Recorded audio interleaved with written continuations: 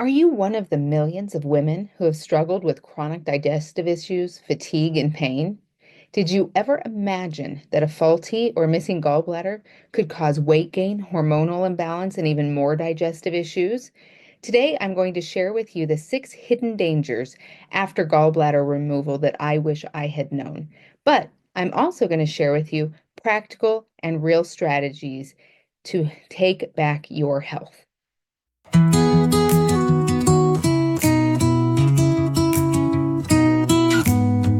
Gallbladder gone. Now what? Let's heal from the inside out.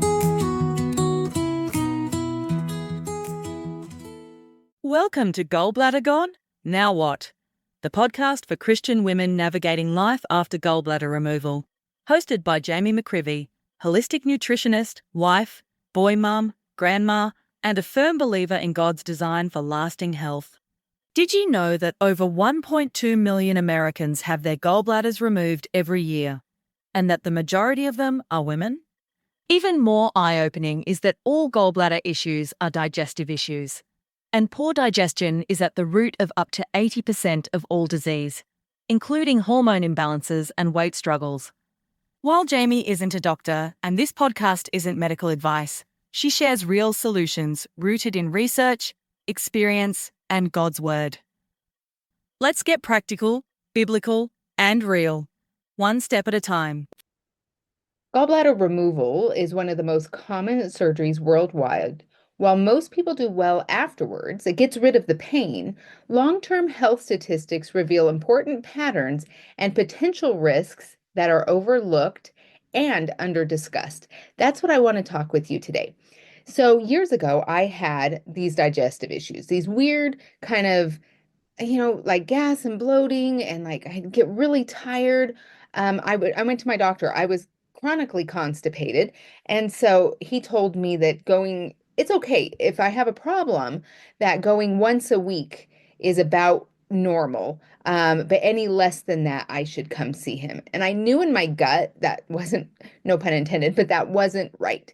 And so I had extreme pain. I started experiencing this extreme pain, and every time I'd go to the doctors, they would say they didn't know what it was, and it would make me exhausted for the next couple of days. So being sick and tired, finally I found out that it was my gallbladder. But at this point, I was in the middle of Iowa. I didn't want to get it out. And I asked them if I had to, if there was any other way, and they said no. And at the time, I didn't know much more. And so I got it out. And after that, the pain went away for the most part. I still started feeling, or kept feeling, like I was tired. And then I would go to the doctor and he would say, you know what, that's normal. You have 3 sons and you're a young mom. And I was like, no, this is a type of fatigue where it almost takes effort to breathe. Like I was so tired trying. There was a time I remember driving on the side of the road, or not driving down the road rather, and I was so tired I was going to fall asleep at the wheel. I gave them some snacks and I took a 15-minute nap just to make it home. So fast forward a couple years, I'm still struggling, going to different doctors. Finally, a gastroenterologist sees me, and he, without even looking at me, without even asking questions, he says for me to take some Pepto. And I asked him, I said, is there anything dietarily I can do? Is there any lifestyle changes? He said, nope. You're fine. It's a kind of, he was suggesting that it was in my head. So finally, I found a woman out of Texas who would run some tests and found out that I had SIBO, H. pylori, and a chronic E. coli infection. So finally, I was starting to get some answers, but at this point, I was so depleted. My hormones were all over the place. I actually started getting something called hyperparathyroidism, so not thyroid, but the parathyroids. And all this time, I had to take my education into my own hands. So I got a degree in holistic nutrition. I went on to get 13 different certifications, including Ayurvedic digestion specialist, as well as, foot zoning. I became a licensed massage therapist. I had to start understanding what was going on with my body. And so, with all the information out there, I started getting so confused. So, through the years, I knew that I needed to really hone in on what the truth was. With modern day science, one day you're not supposed to have any salt at all, and the next day, if you don't have salt, it'll kill you. Same thing with eggs. Eggs are the devil. And then the next week, we should all be having lots of eggs. So, how do I know what the truth is? So, I began looking at everything through the lens of history, science, and sacred texts. So, this meant that when I was looking at some study, how did historically was this handled? How is the science? And then does the scriptures or any other sacred text say something about it? So this is how I'm going to look at it through the lens as I explain it to you. So back to there being six um, six hidden dangers of gallbladder removal, let's dive right in. So, the first one is that digestive issues after gallbladder removal are still common. Post-cholecystectomy, many individuals experience persistent or even new digestive system symptoms such as bloating, diarrhea, especially after fatty meals, acid reflux, and this is a big one here, and fat malabsorption. So, a study reported that approximately 25% of patients may face persistent diarrhea due to dysregulated bile flow in the small intestines. But I want to focus there on fat malabsorption. That means that we are going to be vitamin A, D, E, and K deficient.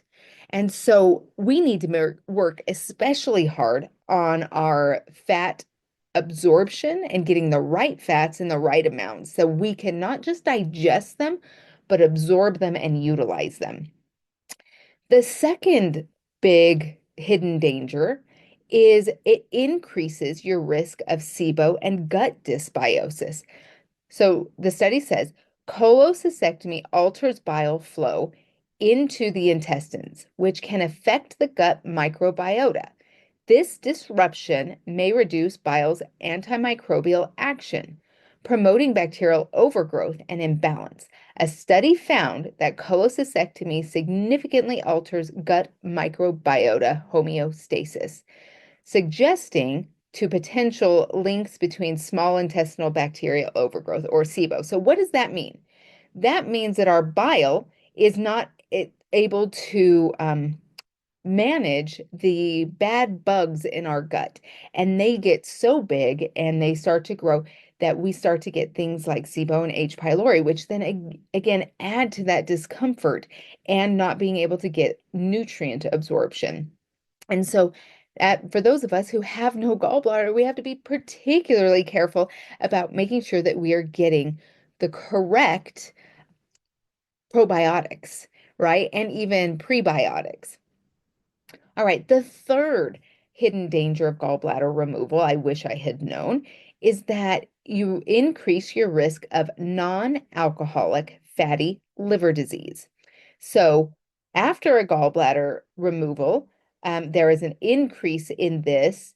As studies report that subjects who underwent a gallbladder removal had a 35% higher risk of non-alcohol fatty liver disease compared to those who still had their gallbladder. That's huge. I was never told this. Well, what I was told is probably what a lot of you were told, which is be a little careful with your fat over the next couple weeks after they're wheeling you out after your surgery. Not much diet advice, not much suggestions of how to keep things in balance. And so this is why I'm doing this. This is so important. I'm going to be giving you guys so much information week after week after week to take care of your body in easy, bite-sized, doable ways.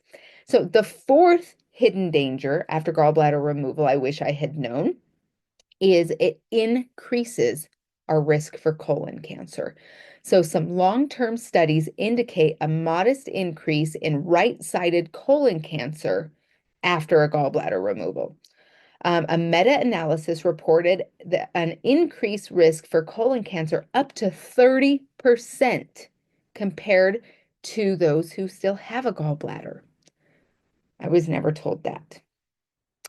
The fifth hidden danger after gallbladder removal I wish I had known is the weight gain and metabolic disruption. So after you've had your gallbladder out, things change. A study found that after gallbladder removal, it might cause abnormal metabolic consequences, including alterations in glucose, insulin resistance, lipid, and energy metabolism. Again, very important information to know about being healthy. And the last and final, but that I'm doing here, but there's more, hidden danger of gallbladder removal that I wish I had known is that there are persistent symptoms that can continue to happen for people. And they have a name for that, and it's Post-Cholecystectomy Syndrome, PCS, and it occurs in a significant portion of patients. A study reported that PCS affects up to 47% of patients and involves a multifactorial etiology. That means lots of different reasons, including biliary and extrabiliary factors, and gut microbiota changes. So, this is all important for us to know how to take care of our bodies after we've had a gallbladder removed. Now, for those of you who have a gallbladder, this is still important information because if you're not taking care of your gallbladder, you're probably not taking care of your liver, and these two go hand in hand. And so when you get your gallbladder out, people think that it's done. Like, oh, I got out the offending appendage, right? But what they don't realize is the gallbladder is just the fall guy for the liver. And so we're going to be talking also a lot about liver health here on this podcast and how to really uh, easily and at home and with kitchen cures fit into your schedule easily how to take care of these two amazing organs. So as I was recovering from all of these illnesses, the scripture that I read that just hit home for me was in Psalms 139:14.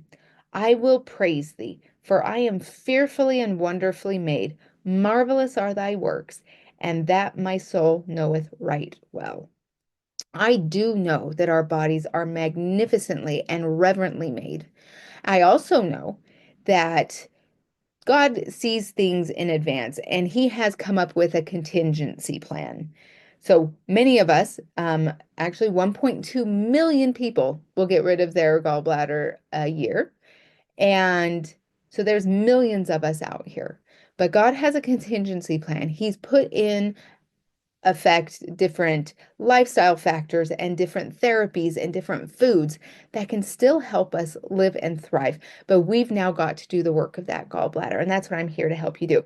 So, my number one tip for those just out of the gate that if you have had your gallbladder removed and are not taking bile, ox bile, you need to be taking ox bile.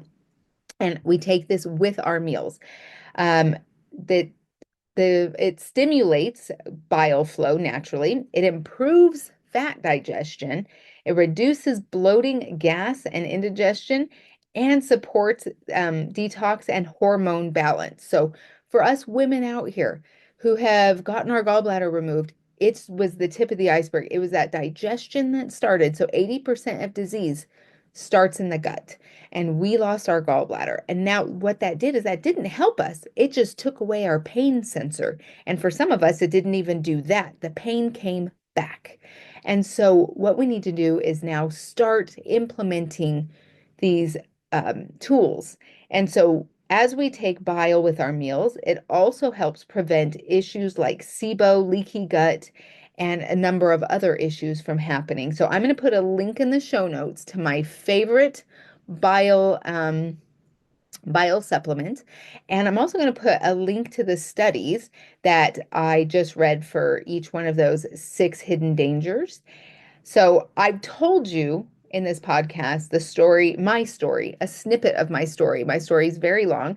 The 6 hidden dangers I wish I had known, also a biblical truth. And the last thing was a simple solution for you to add so you can start feeling better right now. So you're going to need more help, and I am here to help you. This is what I'm passionate about. This is what I have studied. I have gotten myself out of this hole I had dug and felt horrible and tired, and then it started causing many other diseases. And so now that I'm back on track and feeling great, I wanted to share this information with you and not just my clients. So check out the show notes for the links for all these things, plus my comprehensive DIY course called 7 Principles to Heal Digestion, Manage Weight, and Hormones. This is available on iOS, but for now, that's all it's available on, and desktop. And so join me next time as I talk about my top 5 questions to ask your doctor to get the digestive help you deserve. So until then. If this episode encouraged you or offered practical insight, be sure to subscribe so you don't miss what's coming next. Leaving a review, subscribing, and sharing with even one friend helps more people discover this message, and Jami is truly grateful for your support. Be sure to check the show notes for free downloads, helpful resources, and a link to join Jami's private Facebook group for extra support and community that blends practical health with biblical truth. Just a reminder, Jami isn't a doctor, so always consult your healthcare provider before making changes to your health plan.